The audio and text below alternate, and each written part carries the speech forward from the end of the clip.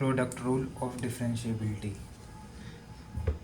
dy by dx of fx dot gx equal to fx dot g dash x plus f dash x dot gx. Derivative of U V W, मतलब यहाँ पे g को fx के equal मान लिया और v को gx के और w को कोई hx के इक्वल मान लिया, मतलब यू वी डब्ल्यू की फॉर्म है ये। तो derivative of U V W equal to U V W X U V W dash plus U V dash W plus U dash V W. ऐसी अगर फोर होंगे तो ये फोर टर्म्स हो जाएगी। अगर जैसे यहाँ पे दो टर्म्स थी तो ये दो टर्म्स हो गए, यहाँ पे तीन है तो तीन हो जाएंगे, और चार होंगे तो चार हो जाएंगे। Question rule of differentiation.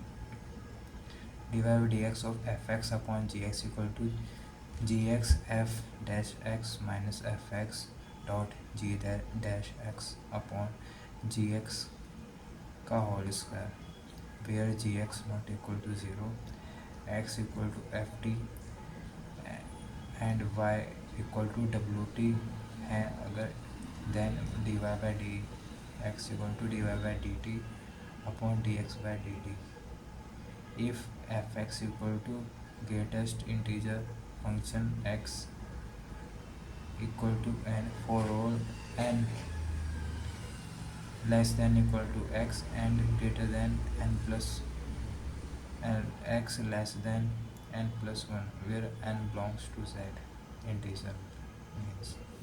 तो limit of a function does not exist if a is an integer.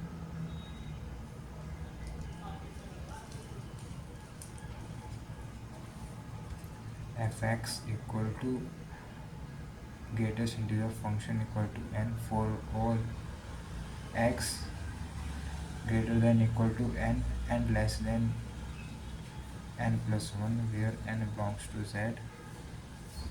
Limit of a function at a does not exist if a is an integer. Limit of a function x tends to a minus equal to a minus 1 equal to left hand limit. Right hand limit of a function equal to limit of a function x tends to a plus equal to a.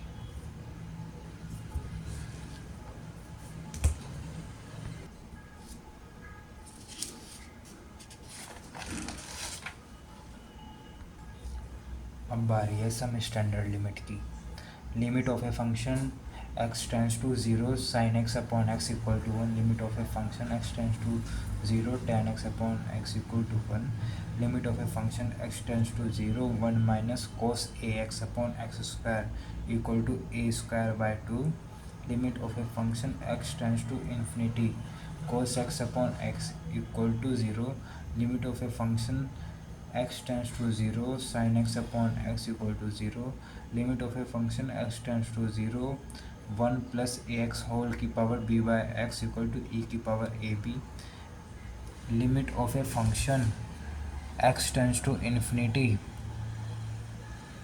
1 plus a upon x whole की power bx equal to e की power ab, limit of a function x tends to 0 ax plus b upon 2 whole की power 1 upon x equal to under root ab.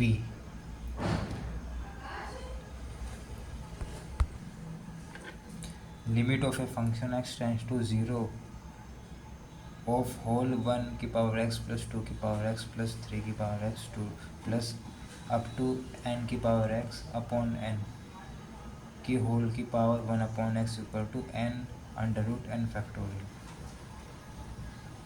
Limit of a function x tends to 0 a की power x minus 1 upon x equal to log e a.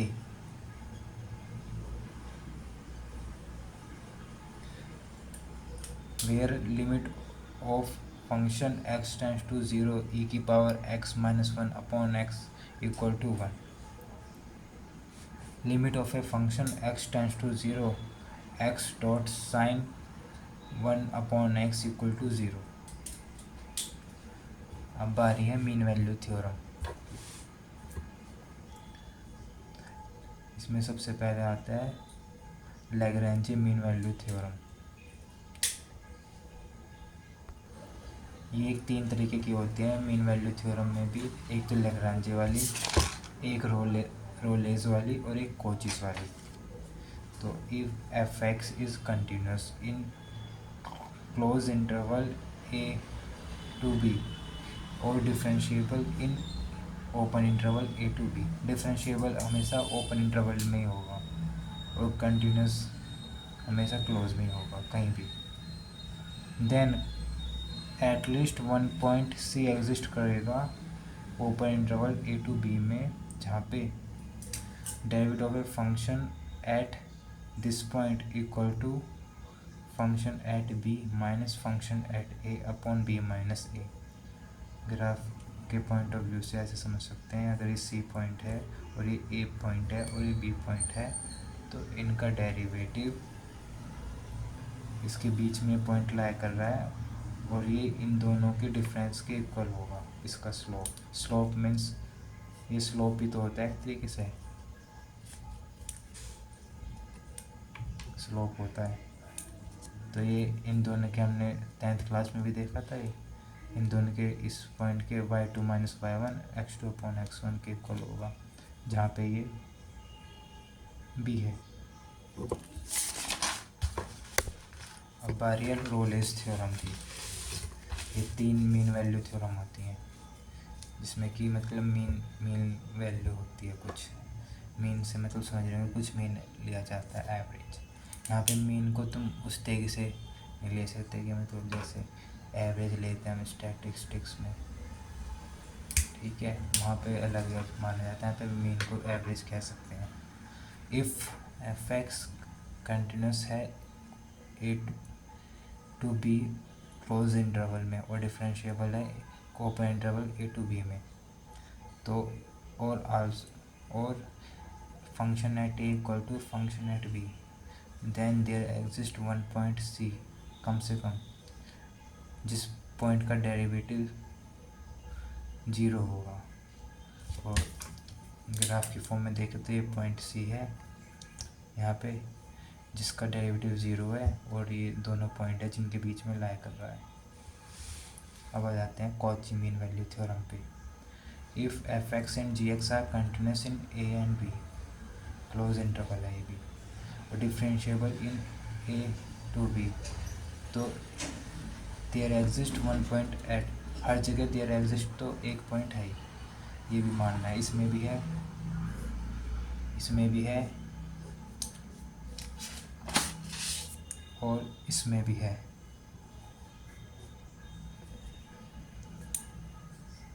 वो भी open interval में है, ये बात भी है।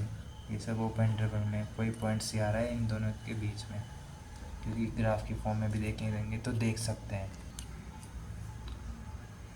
एक और बात, नो ग्राफ फॉर कॉची।